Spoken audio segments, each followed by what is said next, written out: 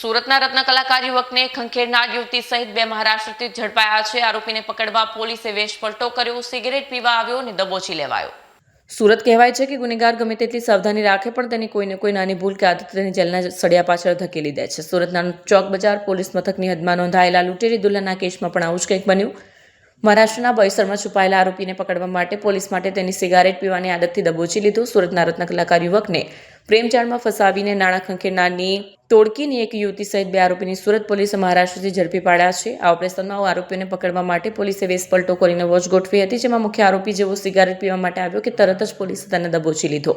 બોઈસરમાં છુપાયેલા આરોપીને પકડવા માટે પોલીસ માટે તેની સિગારેટ પીવાની આદતથી દબોચી લીધો. મિત્રએ વોટ્સઅપ પર ફોટો મોકલ્યો અને યુવક છેતરાયો. સુરતના ચોક બજાર વિસ્તારમાં રહેતા અને હીરા ઘસવાનું કામ કરતા એક યુવાન માટે લગ્ન એ જીવનનું સૌથી મોટું સપનું હતું. વધતી ઉંમર સાથે યોગ્ય પાત્ર ન મળતા પિતાએ મિત્ર વર્તુળમાં વાત કરી હતી. આ દરમિયાન એક શુભચિંતક મિત્રએ વોટ્સઅપ પર રેખાદેવી યાદવ નામની યુવતીનો ફોટો મોકલ્યો. ફોટો જોતા જ યુવાન મોહિત થઈ ગયો અને પરિવારે લગ્નની મંજૂરી આપી દીધી. કોને ખબર હતી કે આ સુંદર ચહેરો એક મોટી લૂંટનું મોરું છે.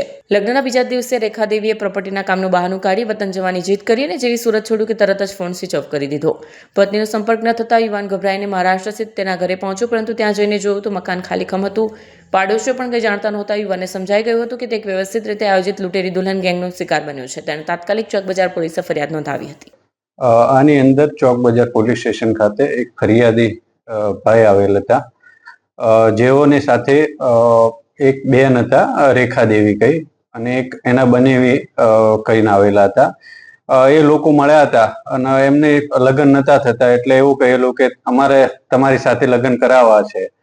એ રીતે નક્કી કરી અને પછી ઘરે આવેલા. નક્કી થયું એ પછી બોઈસર ખાતે ગયેલા. બોઈસર ખાતે ગઈ અને ત્યાં આગળ એમને કંકુ અને નારિયેળ આપેલું અને શાદી એમને જે લગ્ન કરવાનું નક્કી કરેલું.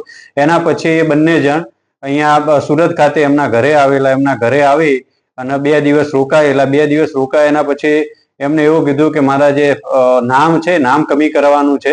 તો નામ કમી કરવા માટેનું કહ્યું. એના પછી કે હું જાઉં છું ને પાછળથી આવીશ એમ એવું કહી અને પછી જતા રહેલા. એના બાદ આવેલા નહીં. એટલે વારંવાર જે ફરિયાદી પક્ષ છે એમના તરફથી સંપર્ક કરવાની કોશિશ કરેલી પણ સંપર્ક થયેલો નહીં. એટલે એમને આવી અને અહીંયા પોલીસ સ્ટેશન ખાતે કમ્પ્લેન આપેલી. જે કમ્પ્લેનના આધારે ફરિયાદ રજીસ્ટર કરી આવી અને જે PSI નીનામાં છે એમને તપાસ આપવામાં આવેલી. તપાસ દરમિયાન એમના CDR ને બધું એનાલિસિસ કરવામાં આવ્યું. ટેકનિકલ એનાલિસિસના આધારે એવું નક્કી થયું કે જે આ જે ફરિયાદી છે એમની સાથે જે લગ્ન કરવાની લાલચ આપી અને જે બેન અને એક બીજા ભાઈ જે બંને આવેલા છે તે મહારાષ્ટ્ર બોઈસર ખાતે છે.